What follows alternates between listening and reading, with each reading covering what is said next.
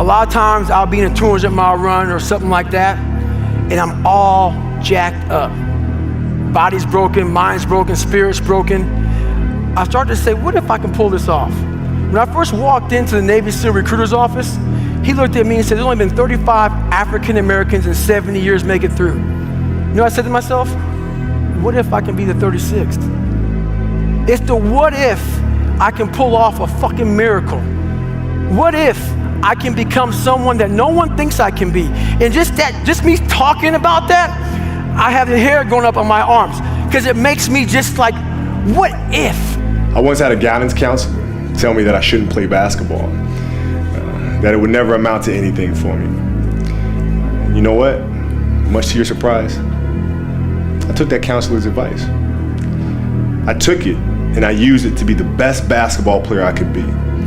His negativity towards me made me stronger. You can't stop people from trying to limit your dreams, but you can stop it from becoming a reality. Your dreams are up to you. I encourage you to always be curious, always seek out things you love, and always work hard once you find it. So with that, I'll let you carry on with your evening. I hope you enjoy your special night. Please know I'm thinking of you, supporting you, and encouraging you always.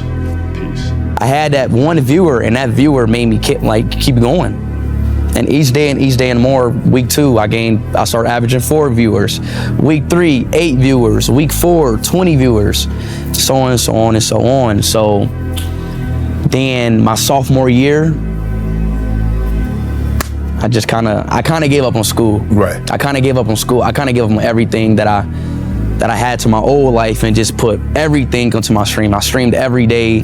I didn't care about nothing else but YouTube, streaming.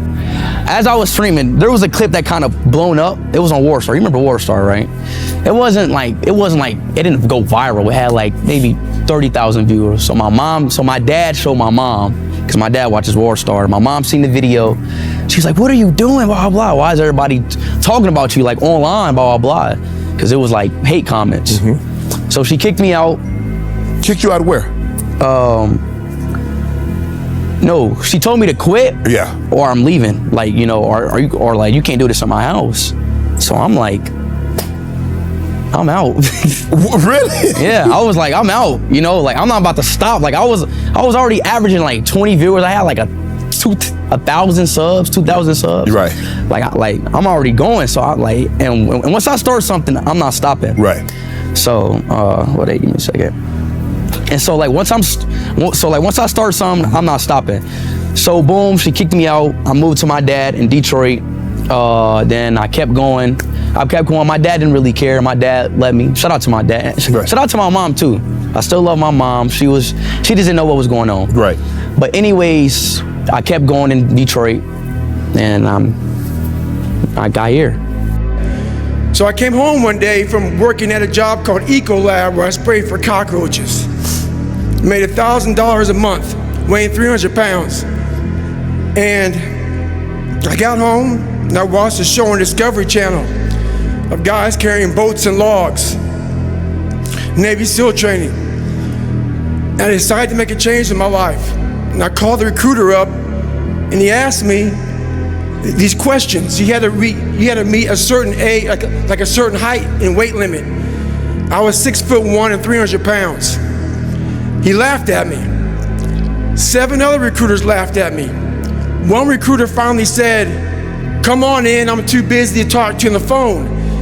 He didn't know how much I weighed. I walked in the recruiter's office and he looked at me and he said, you're fat and you're black. I said I want to be a Navy SEAL. I didn't know there'd only been 35 African American Navy SEALs at that time in over 70 years. He said I basically had to lose 106 pounds in less than 3 months because of my age. I was getting too old. I came back 3 months later, 106 pounds lighter. Thank you. If you think the price of winning is too high, wait till you get the bill from regret. And then, boom, the years go by, and I'm like, damn, bro, like 5, 6, 7 years went by, and this is still not working for me.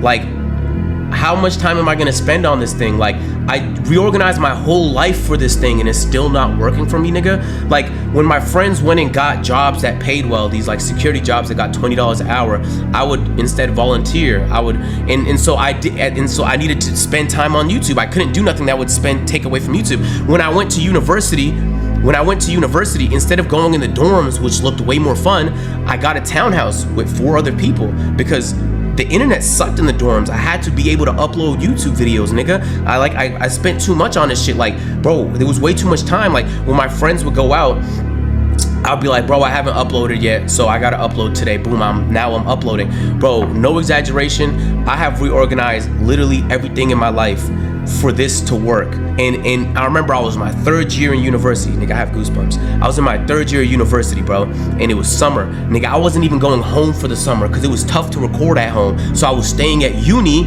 on a ghost campus, nigga. It was dumb empty. It was boring as fuck.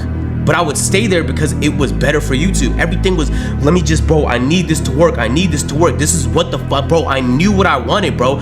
If you don't quit, you can't lose. It's impossible. Because you can just get up and try again. So that's all I did.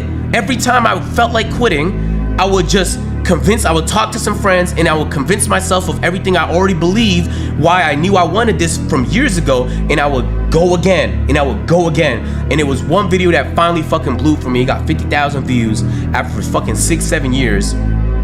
How bad do you want it? There's 2 options. To continue forward, pushing upward.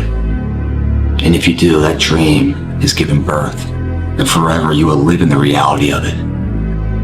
If you stop, quit, throw in the towel, I promise you there's no distance you can travel far enough to find that dream again. For it is dead. And in its death, it's replaced by regret. That's what it takes. To do anything successfully in life, you've got to want it as bad as you want to breathe. And if you want it that bad, if you're willing to give it that much, you get a big piece of what you want. And life and dreams do come true. Anything you want can happen and become a reality. I believe that sincerely, and I'll die on that thought. My philosophy is, why be normal when you can be the best? I don't want to be normal. I want to make the difference. So everything I do, I want to make the difference. Because when I make the difference, I'm the best. And that is not arrogance, that is confidence. If I was to quit rapping and I said I want to go to the NBA, I would be in the NBA. No, you wouldn't. Yes. No, you wouldn't. Yes, I would. No, you wouldn't. Yes, I would. Why would you think you could make it to the NBA? Because I think I could do anything.